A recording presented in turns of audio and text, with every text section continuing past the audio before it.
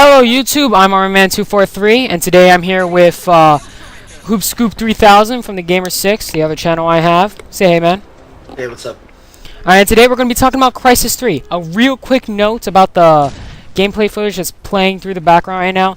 At one point the game goes through host migration, so I cut half the time, so if you see that like it just like quickly transitions from like 40 seconds to like 18, just to let you know why it does that. Anyway, so yeah, Crysis 3. It's been confirmed. Well, just give me 1 second. You just talk really quick. I just need to do something real quick. Alright. So, Crysis 3 has been confirmed. It's going to be set again in New York, but in the year 2047. Basically, Cell, evil corporation that was the antagonist, I guess, that you would say, in Crysis 2, makes a Liberty Dome that's supposedly... well, Liberty Dome is like a quarantine dome. I'm sorry, I didn't explain that. It's supposedly to protect the citizens, but of course, Cell always has their other motives. But it's their plan to attempt world domination, and the quarantine dome is supposed to protect from the Seth, and other dangers. So yeah. So, it's kind of cool what's going on here. It's sort of taken in elements from Crysis 1 and 2, so it has the foresty feel from Crysis 1 and the sort of city street life of Crysis 2, which is pretty cool and a cool addition feature that I like. Yeah. Also, they're going to be adding in a new bow called the composition bow. I think it's. Yes, there's a picture of it here on Game Informer. I'll link it in the I'll link the article in the description just in case you want to go ahead and check out pictures and read some more about it. The box art looked pretty interesting. Oh yeah, the box art. It looks like our good old friend Prophet is standing on the Statue of Liberty. Yeah, the one thing I'm confused is that are they playing the Prophet that was in Crysis 1, or are we playing as the Prophet that was transformed from Alcatraz? Alcatraz was the main protagonist in Crysis 2. Most likely playing Prophet from Crysis 2 because Prophet from Crysis 1 died. Alright, so it's the Alcatraz Prophet. Got it. Or just anyway. Prophet, because that's his name. Yeah, true.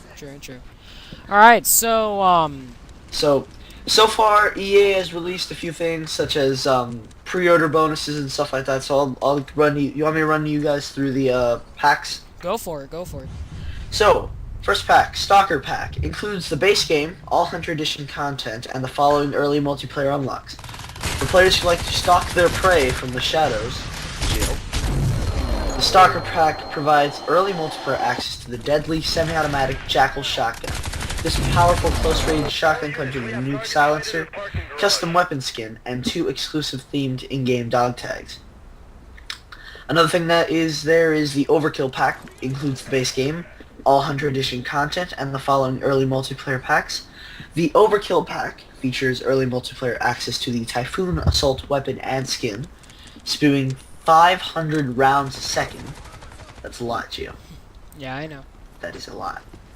So how much ammo is going to be in that gun? I don't know. I'm thinking maybe a million bullets, which would be really OP, but can't wait to use it. OP is EA's game. The Typhoon gives the players the ability to go guns blazing to take back the Liberty Dome. Also included are 2 exclusive Overkill themed in-game dog tags. You know, EA is all about those dog tags. Battlefield 3 to be exact. Yeah. Predator Pack includes the base game, all the Hunter Edition content, and the following early multiplayer unlocks. The Predator Pack delivers early multiplayer access to the Feline submachine gun and exclusive camo. With an extremely fast rate of fire and 60-round magazine, the Feline is highly effective and deadly at tripping. So, Gio, any thoughts so far on what we're seeing here from Crysis 3? Because Crysis 2 wasn't that a game that I was that big into. I thought it was fun at times, but certain features sort of cut me off the game. So why don't you give your addition? I loved Crysis 2, and the main reason why I loved it was because it gives you the ability to become that badass soldier that you never really get that feel of in Battlefield, Call of Duty. You can become the Army Man. Or Killzone, or any other FPS. That's why I loved Crysis 2, because you can just in multiplayer, you could just go ahead and kick a car off of a two-story building to kill somebody. It was just like, it was just fun. It was. And you know what was really fun. interesting about the Crysis series is that it's very tactical when you think about it. Nanovision adds really a lot of depth to the combat and just pretty much everything around. And on top of that, it really put the PlayStation 3 and Xbox 360, which is what I own Crysis 2 for, to its limits. And if you didn't have a PC to run that, then you were pretty much screwed, because that was a good-looking game, believe it or not. Yeah, their new engine, Crytek 3, will obviously push the PS3 and Xbox 2 limits to past to a point where nobody even thought they could run it. So yeah. Also, another thing is that the Liberty Dome I talked about earlier, it's going to have 7 district locations known as like the 7 Wonders. Distinct. Yeah. Oh, distinct. I didn't know that. All right. They will also get a new nanosuit and some new alien technology that they can use. So I'm kind of hoping a lot for it. I really hope they bring back like Crysis 2, where like you have different options that you can go through a mission where like you can be all like ninja, stealth. You can use unconventional means to take out your enemies, or you can just go ahead and go in guns blazing. Which they really should, because me. it's really a staple to the Crysis series. True. And for those of you who don't know, the Hunter Edition is, if you pre-order the game Crysis 3, which you can do now, you can get the Hunter Edition for no extra charge, which is early access to Prophet's composite bow, and its attachments in multiplayer, the powerful Hunter nanosuit module, and the following online perks. Something that's very not fun and stupid is an XP boost up to level 5, which I hate EA for doing, a unique bow skin, and 3 exclusive dog tags. Gio, thoughts? Well, last time in Crysis 1, really the only gain you get at level 5, I mean not Crysis 1, in Crysis 2, the only real thing that you gain from getting level 5 is getting your custom classes. I mean, I know it's a cheap thing, just boosting a player's level, but you really don't gain that much from the level, because the way multiplayer works is that you would get weapon unlocks that you would use towards your guns, and you would start to get those at around level 7 or 8. Of course, at level 5 they would give you one level weapon unlock, but that's to unlock one of the base weapons. So really, I don't think there's really nothing to fret over that, unless they make it like you get some OP weapon at level 5. Then I mean that just sucks. But I don't think there's anything to fret over it. You go from 1 to 5. Imagine the advantages that you're gonna have over a level 1 player or a level 2 player right away from the start, from the get-go. So that I'm not a big fan of. EA, fix that. Don't do that.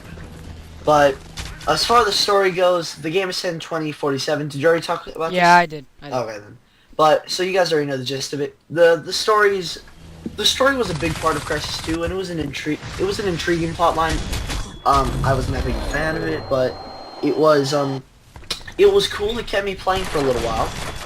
But yeah, I know that Gio was a big fan of Crysis. Yes, I loved Crysis 2 from like the start. Immediately when like the intro came on, I was like, oh my god.